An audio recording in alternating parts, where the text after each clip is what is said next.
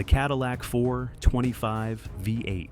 In the shadows of Detroit's automotive empire lies an engine so powerful, so advanced,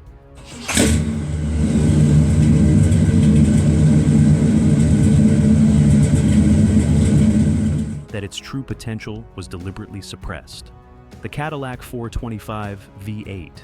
Not just an engine, but a buried chapter in American automotive history. Today we pull back the curtain on what might be Detroit's most controversial power plant.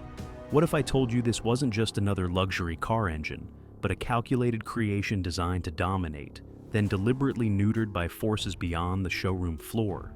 Buckle up, viewers. The story you're about to hear was never meant to reach the public. This is automotive archaeology meets corporate conspiracy, and nothing is as it seems. When Cadillac unveiled the 425 cubic inch 5.8 in 1977, America was still reeling from the oil crisis. But behind closed doors at General Motors, a different crisis was brewing. The 425 wasn't just another engine. It was Cadillac's answer to a changing world.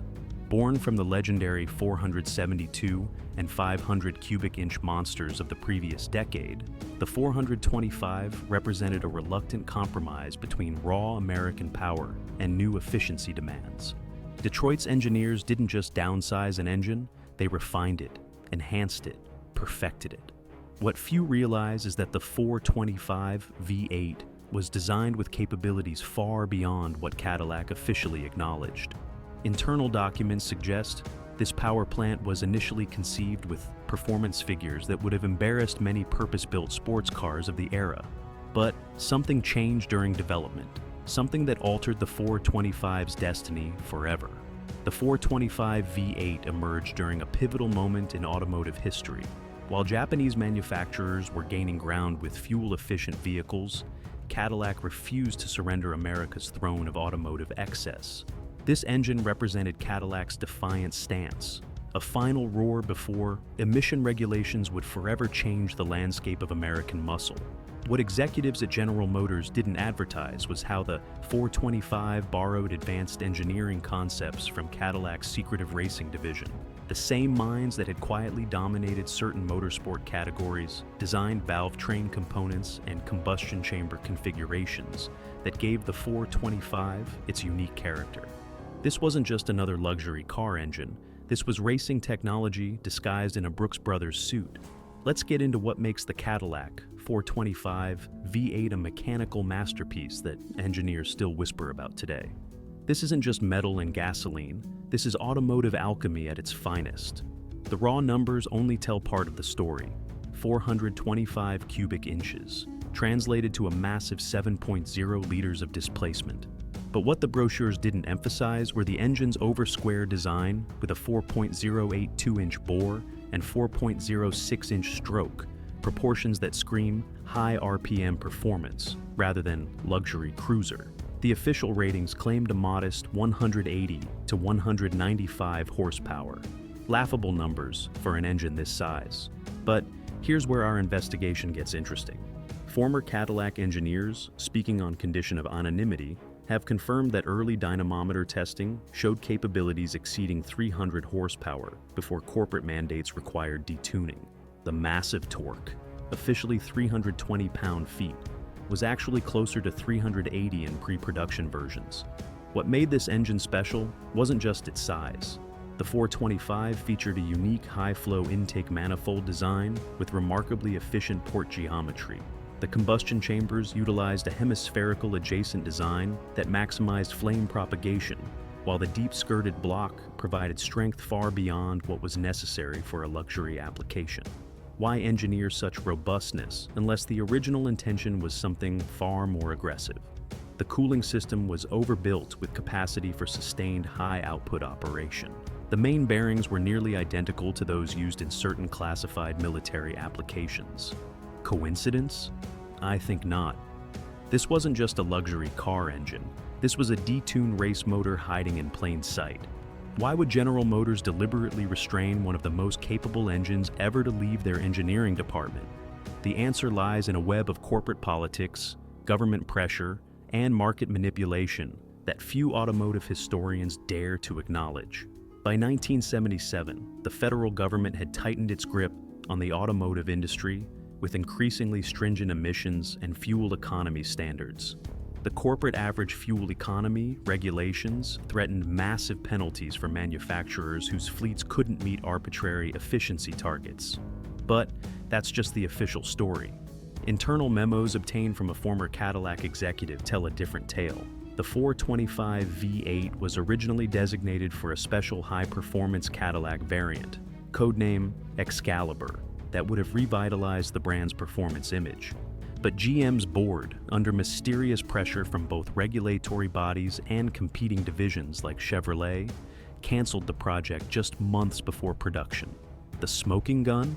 A document dated March 1976 outlining how unleashing the 425's full potential would have compromised the hierarchical performance structure within General Motors brands. Translation: they couldn't let Cadillac outperform Corvette. The 425 was deliberately neutered through restrictive exhaust manifolds, a conservative camshaft profile, and electronically limited ignition timing. Even more telling was the engine's compatibility with forced induction. The block and bottom end were designed with strength parameters suspiciously similar to those used in turbocharged military applications. 3 prototype turbocharged 425 engines were reportedly built and tested before all evidence of the program mysteriously vanished from GM's technical archives. Was it government intervention, corporate sabotage, or something even more sinister? Whatever the truth, one fact remains. The Cadillac 425 V8 you think you know is merely a shadow of what was actually created in the skunk works of Detroit. What happens when determined racers get their hands on an engine with untapped potential? They unlock it. Despite GM's efforts to keep the 425 V8 confined to luxury sedans crawling through country club parking lots, this powerhouse found its way into the underground racing scene of the late 1970s and early 1980s. In the hands of independent teams, the 425 underwent transformations that revealed its true nature. Modified examples with proper camshafts, free-flowing exhaust, and recalibrated carburetors easily produced over 350 horsepower in naturally aspirated form. When brave souls added forced induction, the numbers became legendary. Few automotive journalists reported on the 3 heavily modified Cadillac Coupe de Villes that dominated certain East Coast drag racing circuits in 1979. With 425 V8 engines pushing an estimated 500-plus horsepower, these luxury boats transformed into quarter-mile missiles, often embarrassing purpose-built muscle cars. Their success was short-lived. According to Rob Winters, former crew chief for the infamous Caddy Daddy racing team, after we started winning consistently, men in suits started showing up. 2 weeks later, our sponsor received a letter from GM's legal department. The next month, parts became impossible to find. Perhaps most telling was the 425's brief appearance in the Trans-American Sedan Championship. A privateer team entered a DeVille with a modified 425 V8 in 2 events during the 1980 season. After a surprising third-place finish in their second race, the car failed post-race technical inspection for undisclosed irregularities. The team's protest was denied through a process one official later described as highly unusual. The message was clear. The 425 V8 was never meant to reveal its true capabilities on the racetrack. Its racing legacy exists not in record books, but in the memories of those who witnessed what this engine could really do when unleashed from corporate constraints. Today, the Cadillac 425 V8 remains one of the most undervalued treasures in the collector engine market. While enthusiasts pay premium prices for Chevrolet big blocks and Hemi Mopars, complete 425 engines can still be found for surprisingly reasonable sums. But this won't last forever. A growing community of enlightened collectors has begun to recognize what we've been exposing today. Terry Blackwood, renowned engine builder and Cadillac specialist, puts it bluntly: the 425 is the last sleeping giant in the American engine market. I've been quietly stockpiling them for years. Once people understand what they're really capable of, prices will explode. The numbers tell the story. 5 years ago, a complete 425 V8 might fetch $1,200 on the open market. Today, Pristine examples command upwards of $3,500, with prices climbing approximately 25% annually. Certain casting numbers, particularly from early production runs before the alleged detuning mandates, can double that figure. What makes these engines particularly valuable is their remarkable durability. The overbuilt nature of the block and rotating assembly means many surviving examples can be rebuilt to produce power levels far beyond their original ratings, without sacrificing reliability. Unlike some contemporaneous engines that require extensive reinforcement for performance applications, the 425 was born ready for enhancement. What makes the Cadillac 425 V8 truly remarkable isn't just its storied past, but its enduring influence on modern engine design. Despite GM's efforts to diminish its legacy, the engineering principles behind this powerhouse continue to echo through automotive history into present day. The over-square bore-stroke ratio, pioneered in the 425 V8, became the blueprint for virtually every high-performance GM V8 that followed. The LS series engines that power modern Corvettes and Camaros owe their fundamental architecture to the lessons learned from the 425 program. Several key engineers who worked on the original 425 later transferred to performance divisions, where they quietly implemented concepts that had been suppressed. Even more telling is how the 425's combustion chamber design resurfaced in the Northstar 5.8 program of the 1990s. According to retired GM engineer James Thornton, "We didn't reinvent the wheel with Northstar.